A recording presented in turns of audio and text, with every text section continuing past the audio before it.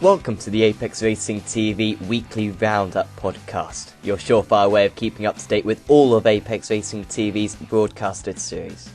This week, we discuss the season finales in the World GT and SimRacersWorld GT Championships, along with also discussing the Aussie Mixed and Fixed Series and an exciting end to the Formula 3.5 Official Championship. So, without further ado, let's jump into the action with your hosts Sam Fitzpatrick and Marco Barbanero.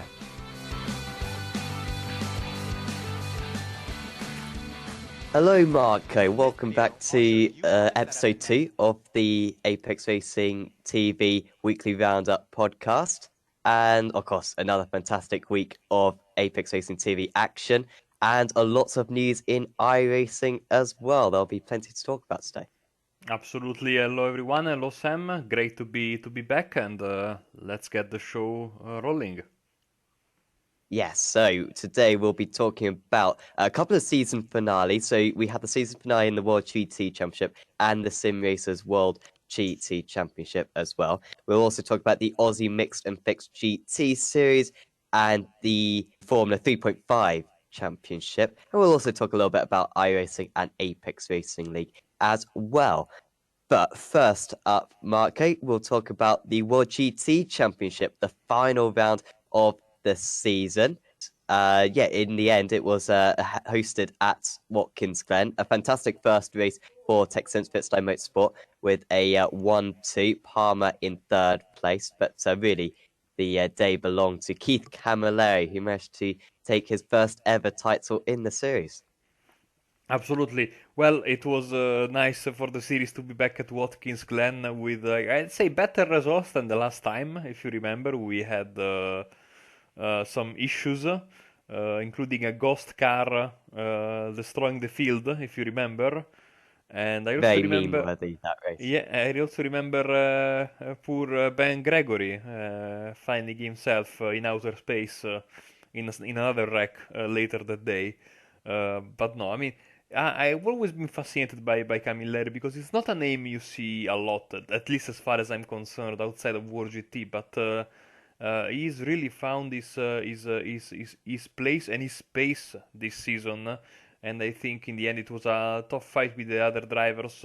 For example, another driver was Mark Fletcher involved in the fight for the title, but he came out the deserved winner. Now, did you know anything or something else about, or do you know about Keith's endeavors outside of World GT? Because personally, that's the only series where I know is consistently racing. I'm not familiar with him. No, I'm not familiar with KC Racing Esports either, who also took the Teams Championship as well by a decent margin as well. But no, Camilleri, I mean, against a fantastic field of drivers, was quite remarkable about that. And it was his consistency that won. We always say this, consistency is the majority of a championship like the World GT Championship, of course.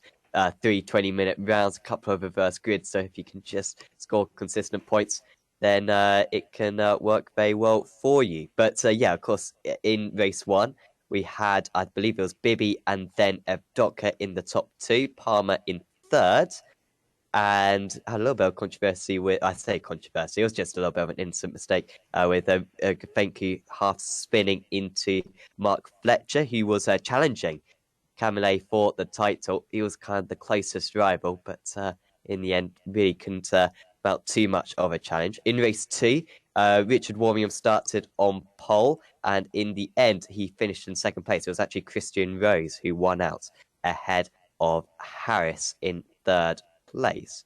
For some sort of reason, I didn't put notes down for race 3, but I'll get the results up.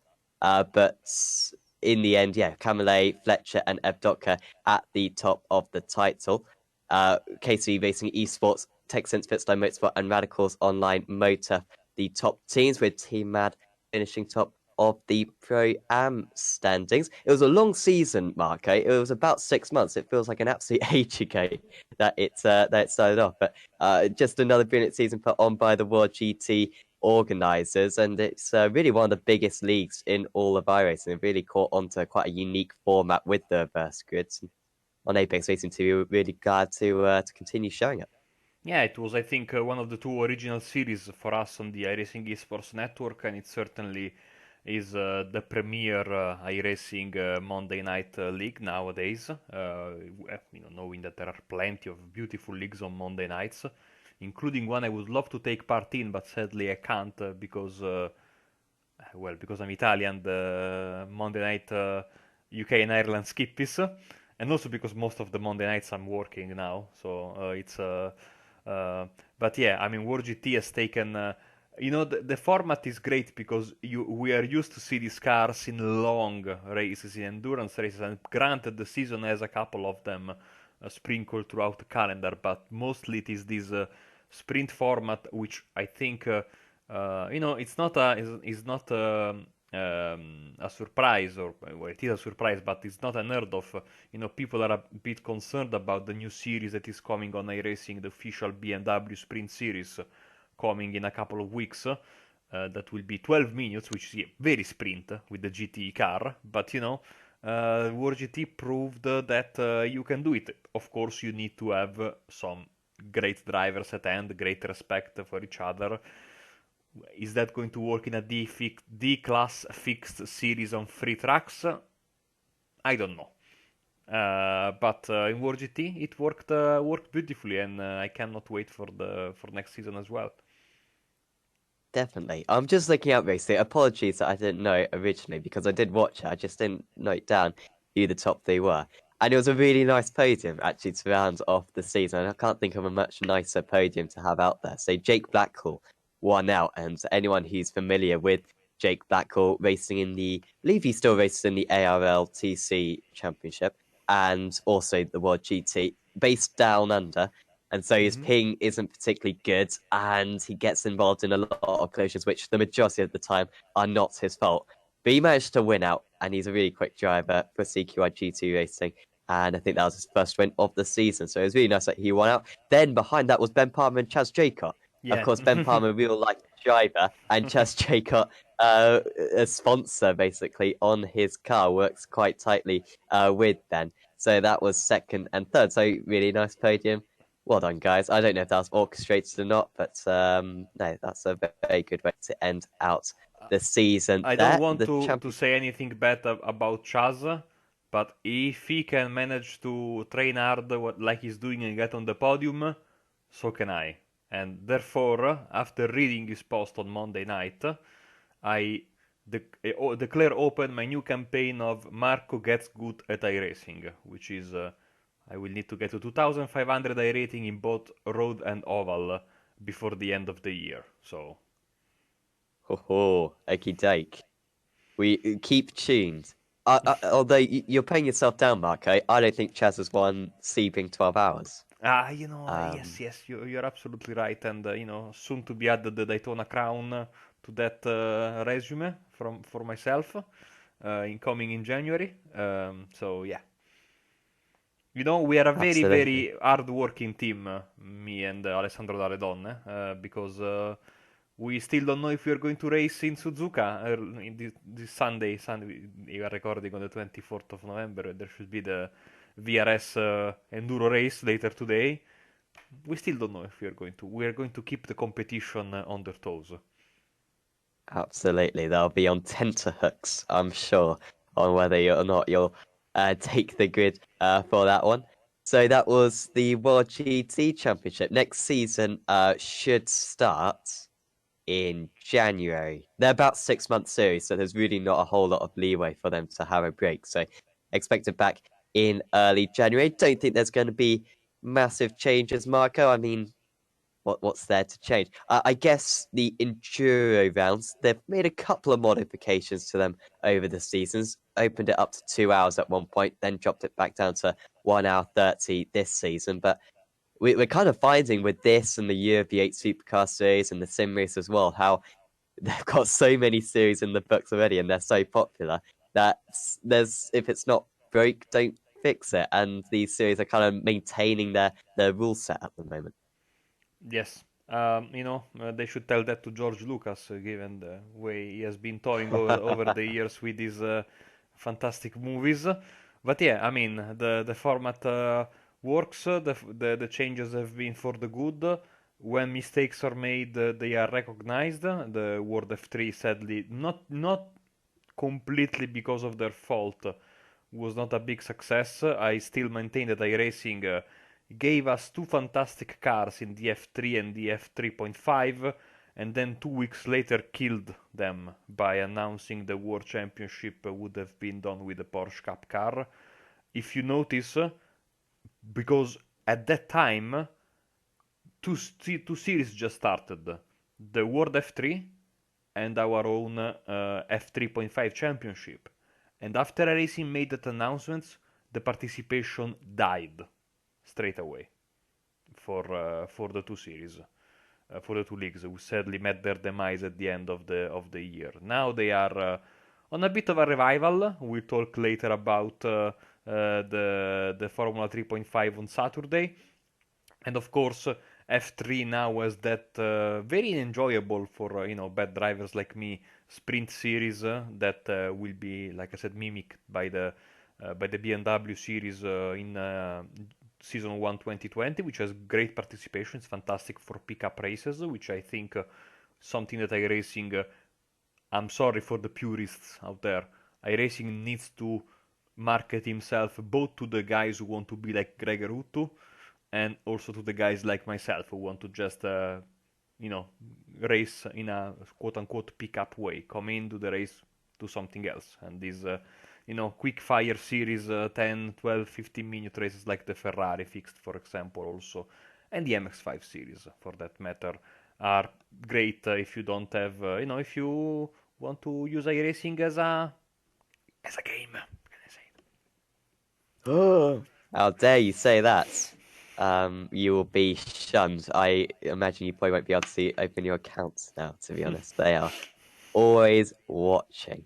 So that was World GT. So, thanks to Matt Bunn in particular, the main organizer of that series, for putting it on, and looking forwards to season 7, starting in the new year.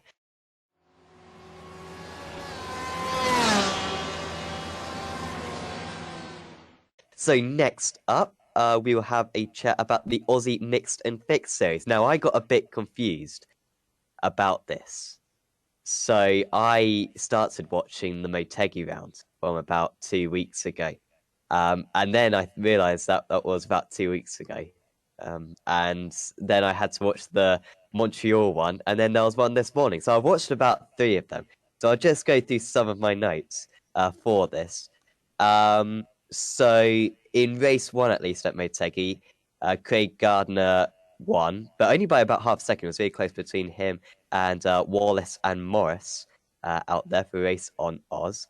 And then it was a good race at Montreal, actually. Really interesting race at Montreal with Shane Van Gisbergen taking the grid. He did very well. He finished in second place in the end. Also, Justin Ruggier took part. I'm not too familiar with Justin, but apparently he's also a V8 supercar driver. Apparently, there was a safety car as well on lap 3 in the early stages after a little bit of a pile-up. We've seen that at Montreal a few times in the past. And in the end, it was Craig Edwards who won out ahead of Shane Van Gisbergen and Stephen Lattimore. And then in the Sebring round today, it was Dominic Ferraris who won out for FT1 Motorsport. Then it was Craig Edwards and Stephen Lattimore rounding out the top 3. So that's a little bit of a rundown of the past 3 rounds in that championship. And I mean, we both saw the race today, Marco. I mean, Ferraris was pretty dominant out in the lead. He had kind of 4 seconds ahead.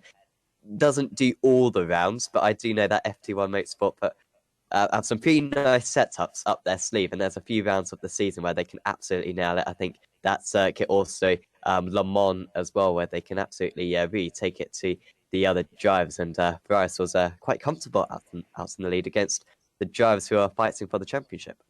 They must have some fantastic training, some fantastic, work during the week to get the car and themselves most of it, most of the mostly ready for for these events. It's a beautiful series, this Aussie Mixed and Fixed. It's crazy how some exposure can propel the series into stardom. I mean, they started with us, and this is a series. Another series I mean, it's been going on for months and months and months, and it had some humble beginnings, and then it is gaining traction. I mean, the fact that Gizzy has raced in Montreal, absolutely fantastic. One of my favorite drivers, and also probably one of the best drivers in the world. Not only in supercar competition, but also in what is is a very very good GT driver, GT3 driver as well. He enjoys his enduro races every once in a while. So uh, it's beautiful that these drivers, did we talk about last week about supercar updates on iRacing? Probably not, but We we'll tell. didn't. That wasn't We did. announced. That we'll tell you about it later. You probably know already. It's still a bit in cloudy situation because I know that English is not my native language, but the post I read from the staff member was pretty well, pretty clear in the statement. And we have heard about the driver's longing, especially real life driver Anton Di Pasquale. I've been told likes iRacing, but mostly races GT3s because he says the V8s are outdated on iRacing, and the new ones are much needed. We know that iRacing is really working together with supercars to get they have the official series, etc. It's beautiful what they are doing there. So, but I mean, nice to have Van Gisberg and company joining for this round. What a beautiful! Can you imagine the work that they do in Aussie Mixed and Fixed? I mean, they. I have never heard of a series that does this. I mean, they provide each week their fixed setups, and they have four cars to balance, Ferrari, Ford, Porsche, and BMW. And they need to work every week on four different setups to make. They use them both to make, the series easier for newcomers, but also to act as a sort of balance of performance. And the way they are doing it is, I mean, I cannot even imagine the work that goes into doing something like this each and every week. Yeah, it's really impressive, and it's difficult to match up these GTE cars. So mega impressive from the organizers, and yeah, I'm just seeing. Well, this was earlier on. This was last season, I think. Got over 180 registrations. I think this season probably go over 200. Been massively impressive. Only one more round to go. So in the championship, it is really tight. So you've got four different classes. I'm going to get the names wrong here, but it's basically pro and then pro am, and rookie. In the pro standing, Stephen Latsmore versus Craig Edwards. It's pretty much a head-to-head against those two guys. Justin Wallace still there, but I don't think he's going to be able to quite catch up with enough points. Latsmore and Edwards are literally... They were 15 points between one another going into today's round. And there is... and today Edwards beat Latsmore. So, I mean, that gap must be pretty much nothing. Maybe Edwards even going into the final round of the championship ahead. In the in the AM standings, Leigh van der Berg is fourth place overall. So he's beating the majority of the pros. Incredibly impressive from him. So he's going to win that championship. In the pro AM standings, Dave Clements is doing well. He should win that one. And in the rookies, Martin Crisp should win the title. So that's how it's looking. But certainly tune in next week because Latsmore versus Edwards, that's going to be mega close. And they are always very close to one another on circuit. It seems that Edwards has had the advantage in recent rounds, but, you can't count anything out. So one more round to go in that championship. We'll probably mention it on next week's podcast as well to see who wins out in that championship.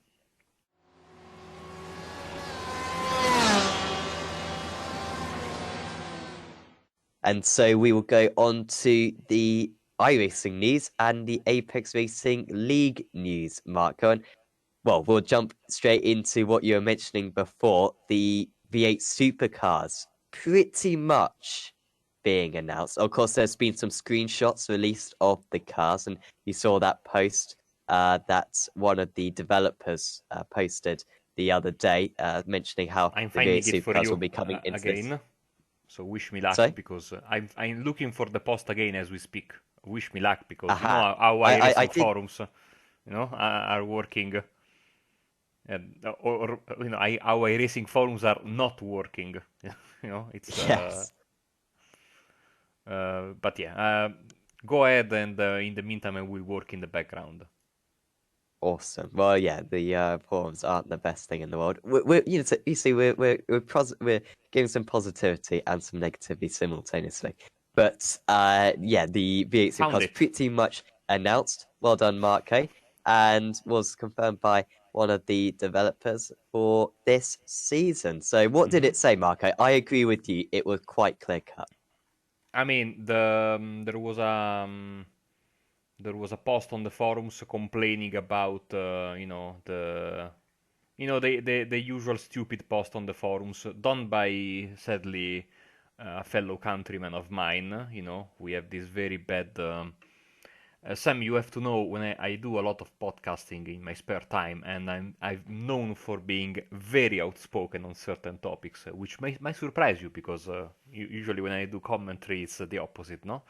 Um, so yeah, we have this usual very stupid thinking in Italy, not only here, but of course this is the community I not don't want to say follow the most, but it's the community I'm in.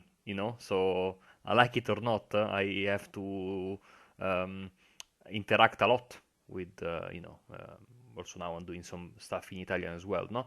And so there is this terrible idea that oval racing is inherently stupid and, for talentless drivers. And the moment dirt came on board a couple of years ago, it was even worse because I quote, only hamsters like to run around in dirt. That was one Italian member of iRacing that said it. So it was the usual topic opened by the Italian that says, "Oh, we always have new dirt." He was talking about the new dirt track we talked about last week, no? There are always new content for dirt and ovals, and never good new content for road. So usually when there is this kind of misinformation, iRacing stuff likes to chime in. And so out of all people, Tony Gardner, so one of the most important staff members of iRacing, decided to jump in and tell an update. So basically, it was an update in general because they were complaining about the lack of GT3 cars in iRacing, or the lack of quote unquote new GT3s, which is true, eh? I, you know. Uh, and so they were saying they are taking a break from building GT3 cars, and I quote, "We built GT cars, the TCR car, working on GT4, and the juicy part is V8 cars coming out in this build." This is Tony Gardner on the 20th of November. I'm surprised because usually when they do these, announcements that are hidden in some random thread, then you have the, threads all over the racing forums. V8 supercar announced, but no, I haven't seen anything like it. Even though our good friends at Euro V8 are already doing the polls on their Facebook page about which car you are going to buy, and it's a stupid question. The Ford, of course, no, which is beautiful. Uh, If but they want to win the title, then if they're they gonna want to have win to. the title, yes, absolutely. I mean, talk about this. The moment I said switch to the Ford, we had two, almost three. We'll see this Saturday. Uh, Straight titles won by the Ford. So, I mean, when people tell me I don't know anything about racing, but yeah, very happy that much needed improvement on cars that were built by iRacing a long time ago and with admittedly limited data, especially concerning aero data and aero damage, as we have seen plenty of times in our broadcasting careers, Sam. The cars don't suffer a lot from aero damage. You can basically run around without your bonnet, without your rear spoiler, and your rear, baggage door. I don't know how you call it, and the car would be perfect. So I'm guessing new car, so straight away with a new tire, which would be great because the drivers have complained a lot over the years about the V8 current V8 tires.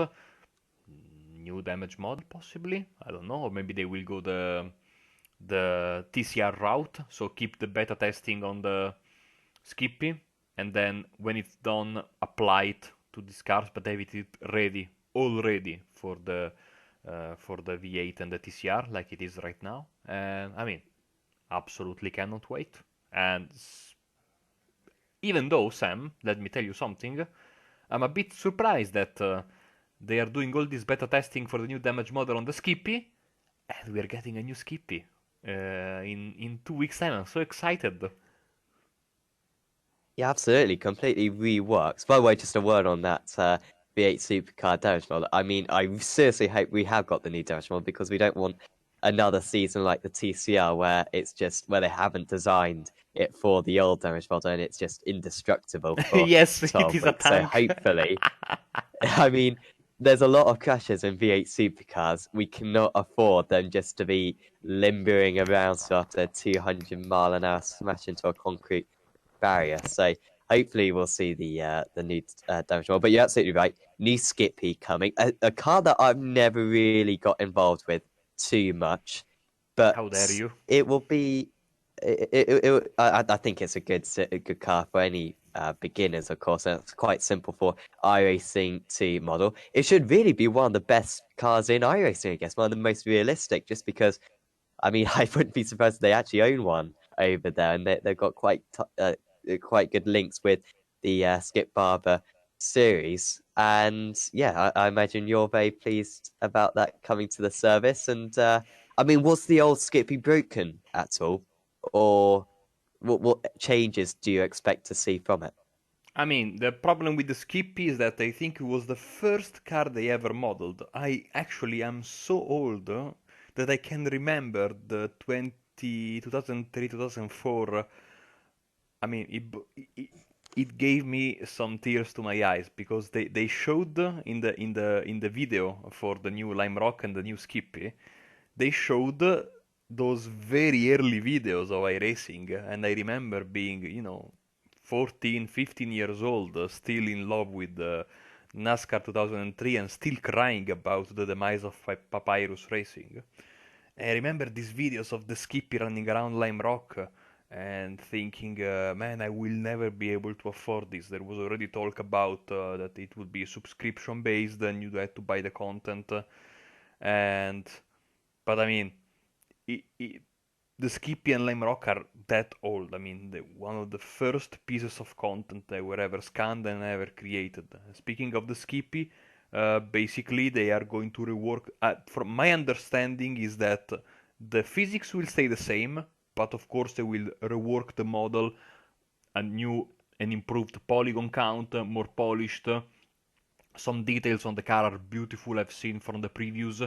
They were actually talking, Sam, and maybe this answers the question I posed to myself a few moments ago.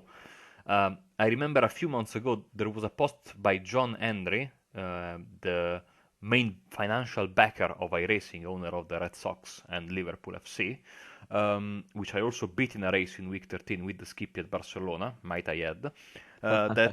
Sadly, I don't get. It was a week 13 race, so I didn't get the award for beating a staff member, but whatever. So they were talking. He was talking about how tough was for them to implement the new damage model on the Skippy because how much their car building process has changed over the years, and the Skippy had basically nothing in common with the way they built, the BMW M8 they are building the Cayman GT4 or the V8 or the supercars or the Formula 3, etc.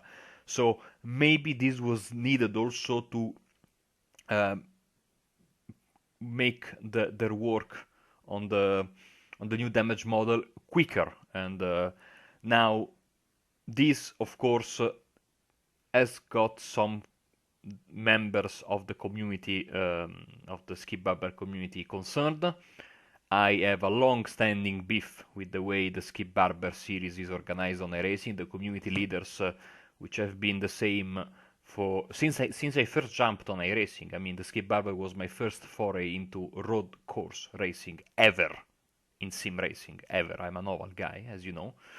And these guys are there. These guys are always complaining. They are not doing, I think, a good job of engaging the community and doing what's best.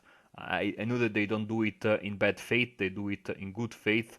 But it's impossible that I cannot swear, every single year we have the Skippy calendar with every track that's 5 kilometers or more, and every race is a draft fest. And when you have a draft fest, you have many competitors close to each other, and the Skip is a car that is used by 7K guys and by 500 rating guys. And what happens when you get these train-like races, these Moto3 races with 500 rating guys? Massive carnage. And of course, it's very difficult, even if you are quicker, to get rid of drivers following you because of how big the draft is. So I don't understand. I mean, I love Sebring, I love Daytona, I love Spa. I don't like the Nordschleife, but it's a great track.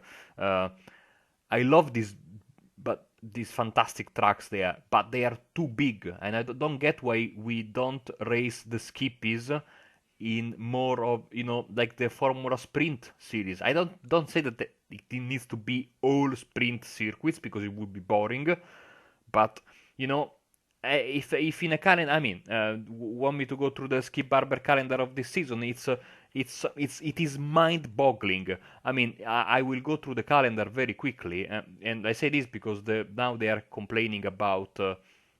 I just read there's been a last-minute announcement a few hours ago that the 2K World Cup will be suspended again and it is organized by the same community leaders that organized the the main series. But I mean, we have been at New Hampshire Roval, which has got a big part of the oval, massive slipstream. Suzuka, the Grand Prix circuit. We have been at Road Atlanta. We had been at Road America, Barcelona, Sebring, the full layout, and Silverstone. These are 7 Grand Prix circuits. Too big and too long for the Skip Barber. And we got lucky because usually every season we also get the freaking Nordschleife in the calendar. And you know how bad that works in general and especially with the Skippy. So maybe a change of mindset, maybe a change of leadership I mean, the leaders have been great, the Skippy is super popular, but we need to make a change because it's impossible to run a car that is designed for new up-and-coming drivers and club circuits on these massive 7-8 kilometers racetracks. Rant over. And of course, in all of that, you might have noticed New Lime Rock is coming, and that makes me very happy because it has been requested for ages on the forums. Yeah, it's a really convenient track again for them to scan. About 50 miles down the road, I believe. So I imagine they've rescanned that. I'm not sure when they rescanned it a while ago. Not sure if they've kind of rescanned it, rescanned it since then. But fantastic that's going to be on the service. One of everyone's favorite circuits, of course, and that'll be a nice addition. No more 2006 trees as well. Where's the Summit Point updates? That's what we need to see. But Yeah. no, great to see Lime Rock being updated. I mean, And that chicane. Finally, we get rid of the. Finally, I can yes. race in Lime Rock chicane. I mean, I I always mean, avoid we're it. gonna miss the crest, aren't we? I mean, that is mad. The fact that when you have a pile up there, you have no clue until a tenth of a second prior. I think we are going to go back to the old circuit quite a bit, but that new chicane is much better for the race circuit, and it's just going to look so much better as well. The new curbs, and it's really good as well that we got pretty much all the IMSA tracks updated. Of course, we don't have Long Beach. We won't get into that today. No. But apart from that, iRacing have done a really good job at getting all those IMSA circuits, and they're all decently up to date now. Yeah, I've Apart from Watkins Glen. heard the iRacing official podcast, and Greg Hill was there, and they said that the track would be free. The Lime Rock track will be free. I would imagine, since this is a model update and not a new car, the Skip Barber will be free for those who already own it. 100%. I mean, I am ready to bet 100 euros that is going to be free for those who already own it. So I've seen something that I'm a bit surprised of in the renders, and maybe it's just, but I don't think iRacing makes these mistakes. I've seen from the renders that the tires are like twice as big as the old Skippy. So is that going to be a change in the physics, or maybe to help them with a new tire model to have a bigger tire? Because the Skippy, with a new tire model, the first two laps you are basically doing driving on ice, and then it becomes very very good with the grip. But the first couple of laps are a nightmare. I don't know if that is just an oversight, but I'm not iRacing like to make those, and or if it's just the beginning of something of a physics update also tires wise on the car. Yeah, we'll have to keep an eye out on that when it's released in a couple of weeks' time. But good news from iRacing. And we're still waiting for a couple more announcements. Other stuff will be released. Some cars will get, or at least one car will get the new tyre model, new damage model. So there'll be plenty more on this topic in the future. Of course, in terms of Apex Racing League, not too much happening this week. And just going to have the American GT series later on. Of course, when this podcast is released, it would have probably been and gone. But of course, if you want to sign up, you can sign up for round 2. There is a drop week, so it won't really lose you any points potentially.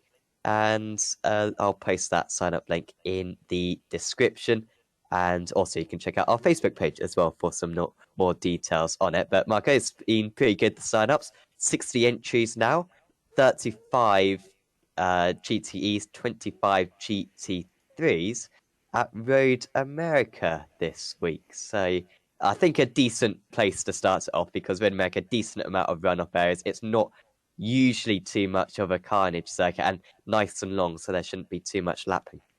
I mean, the format of the success of British GT was certainly paved the way, and sure this is going to be as successful or even better than that. The idea is great. I'm very sad that due to my other commitments, I cannot join you, but I will be a very interested spectator for this series, and I will also have, interest in following a certain driver who hopefully doesn't make a fool of himself in the GT3s, which is going to race with you tonight, hopefully, or for those who are listening, should have raced tonight. We'll see. But yeah, I mean, it is certainly great to have this quick series. They are not very long. I told you about the Christmas break is great. Gets rid of a lot of uncertainty around people who can or cannot participate. And if there is something I can say for certainty, and some people will not agree, but I will say it regardless. Apex Racing Leagues have been shown to be very well organized, and so I think the drivers are in for a fantastic experience, and I see that sign-ups are great. So some of the drivers are returning from British GT, so I think they really enjoyed it. It's going to be absolutely great, and too bad there is no Porsche, but I think it's for the best, because this mimics the GT part of IMSA very, very well.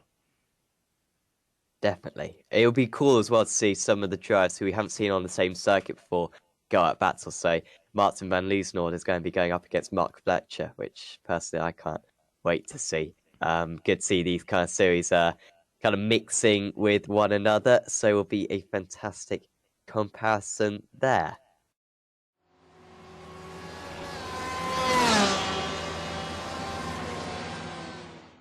So next up, we will talk about the SimRacersWorld GT Championship. And Marco, we this is slightly easier for us to talk about because we know this series like the back of our hands because we've been covering it for a couple of seasons now. And it was the season finale this week. But it was a fantastic race, 75 minutes, as always, the final race of the season. And Martin van Liesnoord, already the champion in the gold category, set himself a little bit of a challenge. Of course, he couldn't take part in qualifying, but it was still a fantastic challenge for him. And he nearly managed to cap off the season with an incredible drive from last to first. In the end, he just had to lose out to the race winner in the end. I mean, absolutely.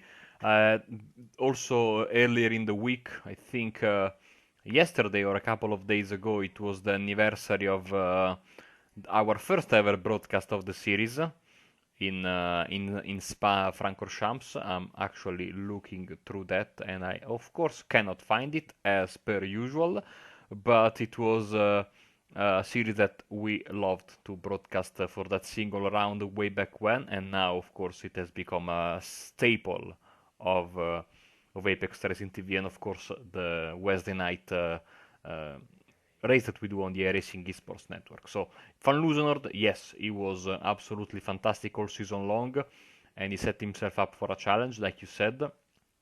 But it was a pretty eventful race all around. All around the racetrack. We still had the silver and the bronze title to assign, and they were both won with class victories, so in the best way possible. And it was, I think, it was one of the best rounds of the season. Some drama on and off the track, especially on the track. But like I said many times, what are we going to do on our Wednesday nights now? Because I'm going to really miss it until next season starts. Absolutely. Yeah, it's going to be a bit disappointing. And we've got a couple of months off now till the season returns. So, just a bit of a race recap. Chris Warner won out. He started from pole position, led by a small margin in the opening stages, opened up a little bit after the pit stops. He managed to win 5 seconds ahead of Mats Menluzno, who started from outside the top 40 after not doing qualify. He was only 5 seconds behind. To be fair to Warner, Van Liesnoord was never more than 15 seconds behind. Admittedly, he did have to pass quite a bit of traffic, but I think it was actually one of the closer rounds this season from Chris Warner, and everyone else was behind Van Liesnoord. So great job from Warner to get his first ever win in the series. Bod Boland finished in third place to cap off his season. There's Tom Methel and PJ Claysons rounding out the top five. This was all at the Silverstone Grand Prix circuit. And of course, the class winners, as Marco was talking about, Jeremy Hessels finishing in 8th place overall, winning the silver title. And in 12th place overall, Dries Mujdi, who won the bronze title. Both those guys getting promoted. A little bit early to go for some predictions for next season, Marco, but we have an idea of who's going to be promoted and stuff. But it's kind of difficult to see anyone challenging Mats van Liesnoord next season, isn't it? He has been unbelievably dominant this championship, taken part in 11 rounds, won 10 of them. Silverstone the only exception to that. It's going to be a massive upgrade for everyone else if they're going to take the challenge to him. But at least next season, we can hope that they start taking race wins off them because there are some terrific drivers in this series. Yes, and it was certainly something that the series has experienced in the past with the F1 Connecten. But having the dominant driver up there at the front really helps. At least you have a fantastic benchmark to compare you against. So for many of these drivers, it will be a winter of enduro racing and soul searching. And I think even though Martin is still the favorite to bring home the title next season. We might see, we have seen when we have the luck to be able to follow this series season by season, season after season. We see that it is certainly nice to see how some drivers are maybe starting, then improving, then challenging for the titles. So who knows what might happen next year? I have one bold prediction for next season, and let's Oh, here we see. go. Let's see. But Ian Root's winning the title. if Ian Roots is able now this next season to get into his category of choice, the silver class, which he couldn't do it this season because he had no teammate to go down with, and he was forced to take the gold class entry, he could be a big challenger for the silver class title next season. That's a good shout. I'm just saying who else could be a silver driver. Seb Herbu, I think, is a little bit too good for silver. I think he's going to have to stay in gold. I mean, I really hope we see him in silver category because, I mean, he's very consistent and all those 11th place finishes, which actually he didn't get this season. Anyone who doesn't know, last season, you only got points if you finished in the top 10 in your class. And Ian literally finished like between 11th and 13th every single race and scored barely any points, despite doing a very good job out on circuit. This season, not getting like any 11th places. It was usually around 15th place, but absolutely mega consistent out there. But no, that's a very good shout, Marco. No doubt about that. He will need some teammates to go with him, though, as you say. He's going to take part in that championship next season, but certainly Mark Finley's not the favourite as long as he does turn up for season 6 of the SimRacersWorld GT Series.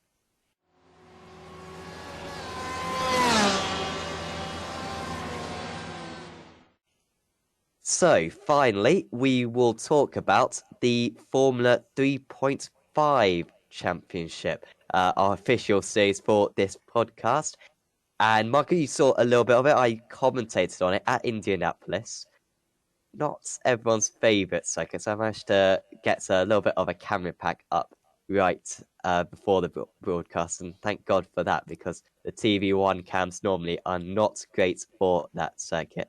But it was a fantastic duel between Tim Delisle and Paul Ilbrink, really pushing each other right to the limit out there. Yeah, I watched. I mean, I found it very, very not surprising, very interesting that we had a crash that was the exact same crash of 2006 for Nick Heidfeld. Yep. For I mean, David Weisbeck rolled the same exact way. I mean, also remember that is my favorite driver's last hurrah in F1, Juan Pablo Montoya. He will last be remembered for causing that. And that race finale, which I watched earlier today, I mean, it came down to the final corner basically, and I mean, we know about Paul Ilbrink, a former World Championship driver in iRacing with the McLaren in the F1 World Championship, and it was, I mean, maybe the guy was a bit concerned with the lap traffic in front of him. I don't know, but that's quite a painful way to throw away a race victory. Yes, so on the final lap, Tim Delisle was holding off Paul Ilbrink all the way, had resisted Ilbrink's biggest challenge with a couple of laps to go. On the last lap, though, due to the very short circuit, they managed to catch some of the back markers who were fighting one another, so they weren't going to get out of the way too easily. Ilbrink just picking up a little bit, Delisle picking up a little bit of turbulent air, just cost him a little bit of time, pushing him into Ilbrink. Still, he'd be okay, as he had the slipstream on the drives ahead on the run to the line, but just ran a little bit too wide on the penultimate corner, ran onto the grass and spun, almost taking out Ilbrink as well. I.M. Keenan thought he may win the race from third place, but in the end, it was Ilbrink winning out ahead of Delisle. Fantastic battling as well further down the field. I really recommend watching the event. One of the incredible things with the 3.5 series, Marco, is the downforce levels that they run. It's fantastic for us commentators because you can actually see the rear wing size massively changes the speed of the cars. The Formula 3 the Formula 3 cars a little bit more confusing because it's there's a few more elements besides the rear wing. But in the 3.5 car, it is pretty much just the rear wing, which decides how fast you are down the straights. And so, round a circuit like Indianapolis, and particularly around Phillip Island, we saw earlier on the season, you've literally got round the corners, one driver will gain a second, and down the straights, another driver will gain a second. And personally, I really like watching that because it means that it brings another element into it for the drivers. You can't just set up the car to be the fastest it can be each lap. You've got to set up the car so that you can actually attack and defend from other drivers. I mean, when I watched the races that this car takes part in on Saturday nights, it really brings back the memories of those mid 2000s F1, the way this car works, and it really puts the driver. I mean, it has the great strategy element of. I mean, we generally dislike DRS, but the way this car has it implemented makes it fair for everyone because you have to use your strategic thinking in order to use those 8 activations when you can use them whenever you want, basically, but and you can use them to attack and to defend, but you need to use your head. You cannot waste them all of them at the beginning. You need to save some for the end, but maybe in the end you are all alone and you don't know what to do with your DRS activation. So a beautiful car. Once again, going back to what happened earlier, a bit killed by iRacing with their decision to finally release it after all these years of waiting, together with the F3, making the perfect stepping stone for the F1, and then 2 weeks later killing the car with no heart. Yeah, it was a shame that. Hopefully, next season, though, there's been talk of a single-seat World Championship Series. We desperately need one, and the 3.5 car, I think, would undoubtedly be the car that they use for that. I think the MP4-30 just didn't work. We commentated on some of the team streams for Apex Racing UK, as it was back then, and there were some brilliant races in that, particularly Peter Bowman taking on the likes of Martin Kroenke, Mitchell de Jong. It was fantastic to watch some of the races. However, the 3.5 car would just be so much more accessible, and the level of drivers would increase vastly if they went for that car. So hopefully we'll see it really come back into the fray, and that would be a brilliant addition, certainly, because we really need some more road world championships, undoubtedly. In the championship for the Formula 3.5 series, despite finishing second in that race, Tim Dallara has taken the lead of the championship. He's on 1,705 points. Paul Ilbrink is on 1,688. So 17 points. I mean, it's negligible, that difference. So Paul Ilbrink just sitting behind at the moment. Christophe Herbinot is only another 11 points behind. So any one of those three drivers could win out. Of course, you only have the top 8 weeks counted out of 12, which brings us into some confusion because we don't know how strong their weakest round out of the weeks that currently counts is.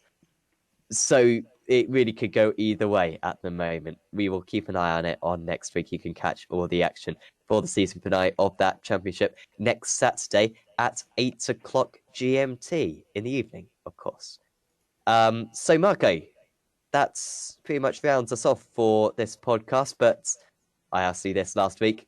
What are you looking forward to next week? We've got a couple more season finales coming up, I believe. Man, of course, Euro V8.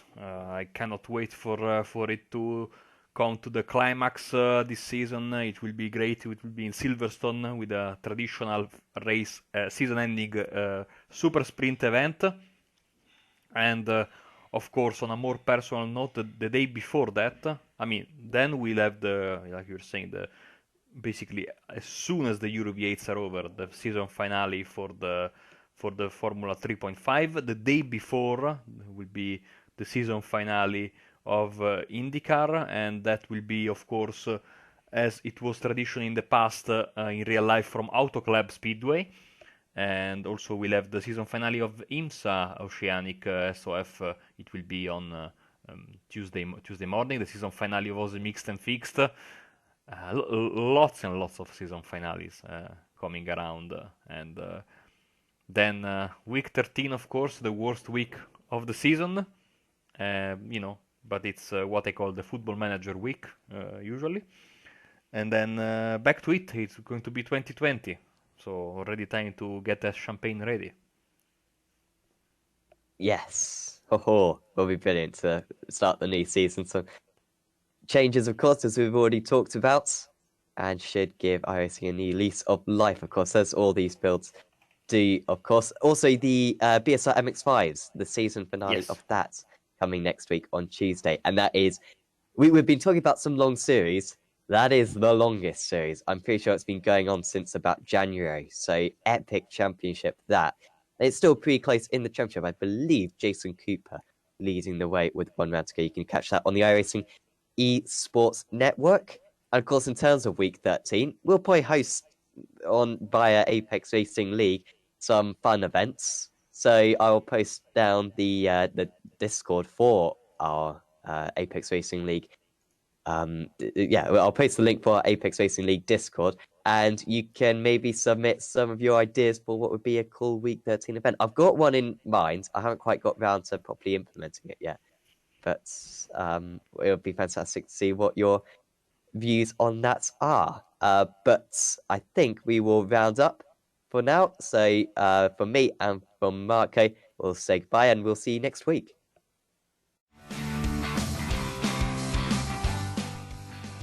You've been listening to the Apex Racing TV Weekly Roundup podcast. Make sure to keep up with all our broadcasts this series via YouTube, Twitch, Twitter, Facebook and Instagram. Also make sure to check out the iRacing eSports Network, where we broadcast several days a week. See you next week for another podcast.